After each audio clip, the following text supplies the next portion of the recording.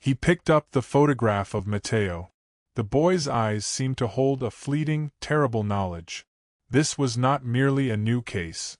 It was a relapse, a horrifying descent back into the meticulous geometry of evil that Raoul had sworn he had escaped.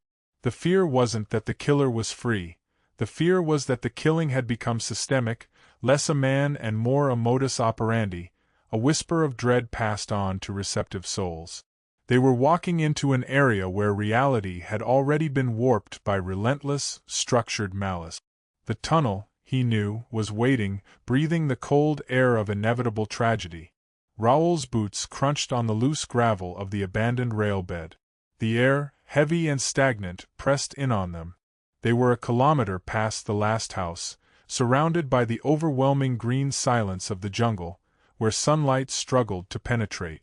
The mouth of the tunnel yawned ahead, a perfect, black semicircle carved into the hillside, a maw of industrial decay. Sophia adjusted the strap of her rifle, her breath fogging in the sudden coolness.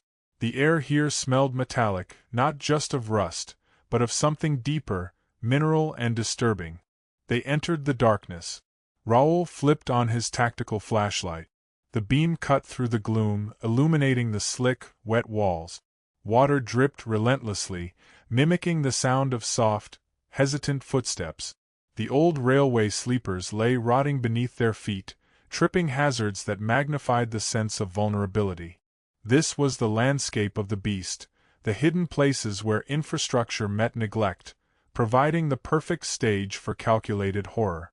Raoul felt the familiar prickle of paranoia, a sensation that had not truly left him since the day he first identified the beast's pattern across 3 different municipalities 6 years earlier. His mind, honed by trauma, sought familiar cues. The precise placement of rubble, the almost clinical tidiness of the surrounding bush, the absence of defensive wounds noted in Mateo's preliminary missing persons file. "Nothing," Sophia whispered, her voice tight, echoing 3 times off the curved roof. "Just water, concrete, and rats." Raoul stopped suddenly, his light fixed low on the railbed. He saw it, not large, not obvious, but utterly devastating in its context. Tucked meticulously beneath the fractured edge of a concrete slab was a small, crudely drawn picture, folded into a precise square. It depicted a stick figure standing beside a large, looming shadow. Next to it, partially buried in the ballast, was a single, clean shoelace, brightly colored orange, matching the description of the laces on Mateo's worn tennis shoes. This was not random. This was a signature. "Look closer, Sophia," Raoul commanded, his voice unnervingly steady. "The shoelace is untied, but the drawing, the shadow figure isn't threatening. It's comforting the stick figure." Sophia knelt, her gaze widening. "A tribute, Raoul? He's not copying the crime. He's adopting the methodology, refining it, making it personal." The thought was a spike of ice. They were no longer hunting a predator. They were confronting an acolyte, a student of pure malice who saw the beast as a dark mentor, a creator of a twisted legacy. Raoul's grip tightened on his flashlight, the light beam shaking slightly. He stepped further into the suffocating, deep darkness, driven by a terrible, gut-wrenching realization. This acolyte knew the case files intimately, perhaps better than the original investigators. He was exploiting the gaps in the original police work, playing on the systemic guilt of the police force itself. Raoul's internal guilt, his decades-long shame over the sheer volume of victims he had failed to save, now felt like a physical vulnerability, a beacon drawing the true evil out of the shadows. He broke away from Sophia, pressing deeper into the tunnel. The air grew heavier, the silence more pronounced. He wasn't looking for a body or a killer. He was looking for confirmation that the horror had become a recursive loop. He stumbled upon a small, hollowed-out section of the tunnel wall, obscured by a cascade of dead ferns. Inside, illuminated by his shaky light, was a grotesque tableau. 5 small, wooden toys, meticulously stripped of paint and arranged in a perfect circle, facing inward toward a single, smooth river stone painted with a jagged black smile. This wasn't imitation. This was worship. Raoul. Sophia's voice was sharp, pulling him back from the precipice of his fixation. I found something else. Footprints. Small, precise steps leading back out. And a residue, like cheap chalk, smeared on the rail. Raoul studied the smear.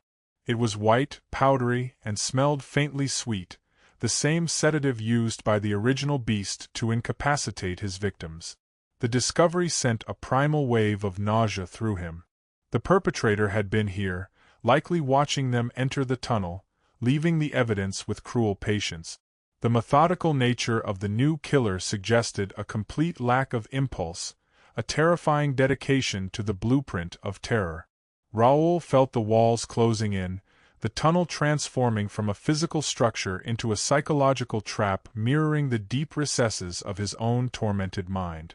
He remembered a detail from the original psychiatric profile. The beast craved recognition not just for the act, but for the structure of the act. He had been a meticulous cartographer of pain. If this new killer was following that blueprint, they would be moving on an established, hidden route, triangulating the failures of the state and the guilt of the investigators. The railway line runs past the old orphanage grounds, Raoul rasped, turning back toward the tunnel entrance. The orphanage closed 5 years ago. It's isolated, surrounded by that high, rusting fence. He knew the building. A skeletal structure of broken windows and damp rot, a monument to the failures of child protection. It was the perfect stage for the next inevitable act. He's moving to the biggest void we left behind, Sophia. He's not hiding the bodies, he's hiding the process. They raced back out into the dense afternoon sunlight, but the light felt thin, sterile, offering no comfort. Raoul was already pulling out the faded map of San Lazaro, his finger tracing the abandoned routes, marking the points of isolation and decay. He felt an intense, feverish urgency, driven by the realization that he wasn't just solving a new crime. He was fighting the enduring, toxic legacy of a man he had failed to stop from accumulating nearly 200 victims. The monster had been contained, but the fear, the infectious, corrosive knowledge that such darkness exists, had clearly found fertile ground to bloom again, twisting vulnerability into violent tribute. The new case was merely a mirror reflecting his original, catastrophic failure back at him, forcing him to face the moral debris of his past. The silence of San Lazaro was a lie, merely the sound of the infection spreading beneath the surface. He gripped the steering wheel, speeding toward the forgotten orphanage, dreading the silent sanctuary of the devoted predator. At the crumbling perimeter fence of the defunct orphanage, Raoul felt the overwhelming pressure of past and present colliding. The chain link was torn in several places, rust bleeding red down the concrete posts, and the smell of mildew and stagnant water was overwhelming. Sophia insisted on calling for backup, but Raoul knew they were running on borrowed time, operating on the intimate, terrifying logic of the predator. Backup will take an hour. He's already completed the initiation stage, Raoul muttered, staring through a gap in the fence at the desolate playground equipment, a single swing set perpetually still. This is the reward stage for him. The feeling of absolute control in a place defined by powerlessness. They moved through the gap. Inside the grounds, the tall grass muffled their step. Raoul scanned the broken windows of the main building, feeling the cold stare of the vacant structure. He found the secondary entrance, a maintenance hatch near the old laundry room, clearly jimmied recently. The killer had sought seclusion but also symbolism. The interior was pitch black, a warren of tight, damp corridors. Raoul used his light, moving quickly, ignoring the sound of his own ragged breathing. He found the basement easily, the steps slick with moisture. The air grew colder, and the metallic smell intensified. They found the lair in a sub-basement storage room, shielded by stacks of ruined bedding. The killer was slight, younger than Raoul had imagined, no more than 19, hunched over a crude altar fashioned from a broken dresser drawer. The young man, skinny and dressed in oversized, stained clothes, was meticulously arranging tiny, faded photographs of children, all victims from the original Beast case, around a flickering candle. Mateo, the missing 8-year-old, lay unconscious but alive on a mildewed cot nearby. The young man looked up, his eyes devoid of fear, filled instead with a serene, terrifying understanding. He wasn't violent. He was utterly, pathologically committed. "You shouldn't have come," the killer said softly, his voice echoing in the small chamber. "You ruined the tribute before it was complete. He showed us the way to fix the broken ones. He gave them purpose." Raoul felt a searing flash of white-hot rage, a terrifying desire to inflict pain that felt frighteningly primal. He fought it down, remembering his mission. "Stop. Put your hands where I can see them." The young man didn't move, merely smiled, a wide, empty expression that chilled Raoul to the bone. "I have already completed the work. I know what they saw. I know what he felt." The killer reached slowly, deliberately, for a rusty piece of metal on the altar. Sophia moved first, lunging forward, wrestling the metal away from him. The sound of the struggle was brutal and quick. The young man offered no real resistance, collapsing into a heap, his eyes still fixed on Raoul, the serenity never leaving his face. Mateo was rushed to a local clinic, physically unharmed save for the sedative. The copycat killer, identified as Javier, a former ward of the system who had obsessed over the Garavito case files, was incarcerated. The town of San Lazaro breathed a shallow sigh of relief, believing the darkness had been contained once more. But Raoul was broken. He was placed on immediate medical leave, the official diagnosis citing severe psychological distress exacerbated by chronic post-traumatic syndrome. He sat alone in his tiny apartment, the window overlooking the silent, misty mountains. He looked at the paperwork for Javier's transfer, the meticulous, chilling notes of the acolyte, and saw not the profile of a psychopath, but the desperate longing of a lost soul seeking meaning in absolute evil. Raoul knew the town would heal the surface wound, but the psychological infection remained. He laid out the old case files from 1999 alongside the new evidence from the orphanage. He noticed a seemingly irrelevant interview transcript from the original investigation, a farmer claiming he once saw a small, silent boy watching the police activity near a remote dumping site years before the beast was caught. The boy was never identified. Raoul's hand shook as he placed the transcript next to Javier's mugshot. The chronology was impossible. The boy in the 1999 report was too young to be Javier, but the chilling realization dawned. Javier was just one result. The beast's victims were numerous, but his followers, those vulnerable souls who recognized the structure of his darkness, might be legion.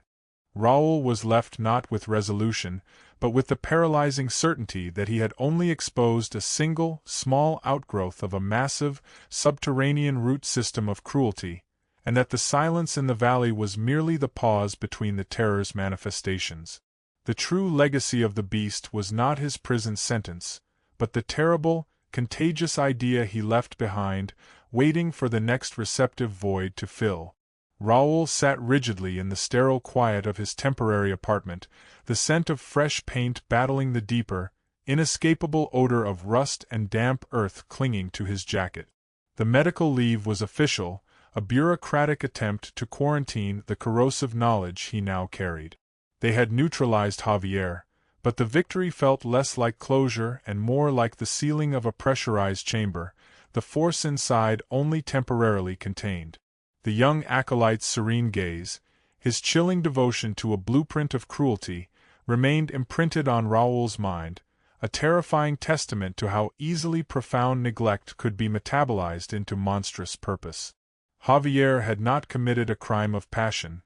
He had performed a ritual of recognition, honoring the architecture of despair left behind by the beast.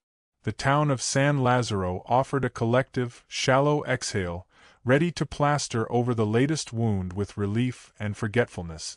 But Raoul understood that the infection was deep-seated. He looked at the map spread across his small wooden table, not the official police grid, but a worn topographical sheet he had marked himself, charting the abandoned rail lines, the forgotten aqueducts, and the institutions left to decay. These were not merely remote locations. They were the geography of institutional failure, the negative space where the state's protective custody ended and the beast's reign began.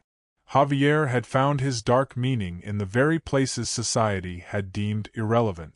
The true legacy of Garavito was not the body count, but the creation of a framework of victimization that others, equally lost and damaged, could inhabit. He pushed aside Javier's meticulous notes, each step planned, each sedative measured, and focused again on the faded 1999 transcript he had found.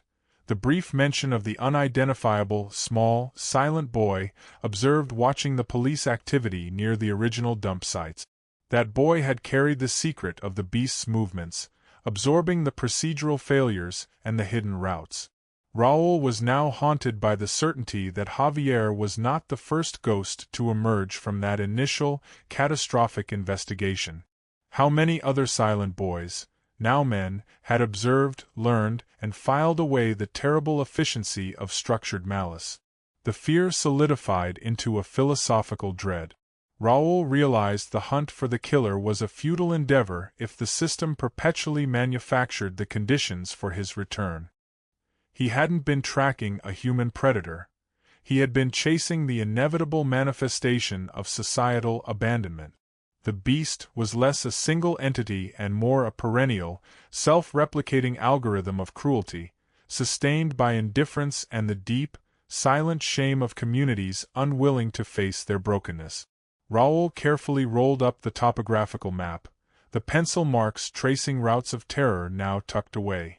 He knew he could never return to the force, not in the functional sense. His mind was too saturated with the dark logic of the case. His future was not in policing the streets, but in guarding the periphery, watching for the subtle shifts in the shadow, listening for the next echo of dread. The ultimate enemy was not the man in the cell, but the human tendency towards selective blindness, the willful choice to ignore the vulnerable places where such horrors incubate. The battle was a lifelong one, fought not with handcuffs, but with relentless vigilance against the spreading silence, the profound, moral isolation that always invited the darkness in.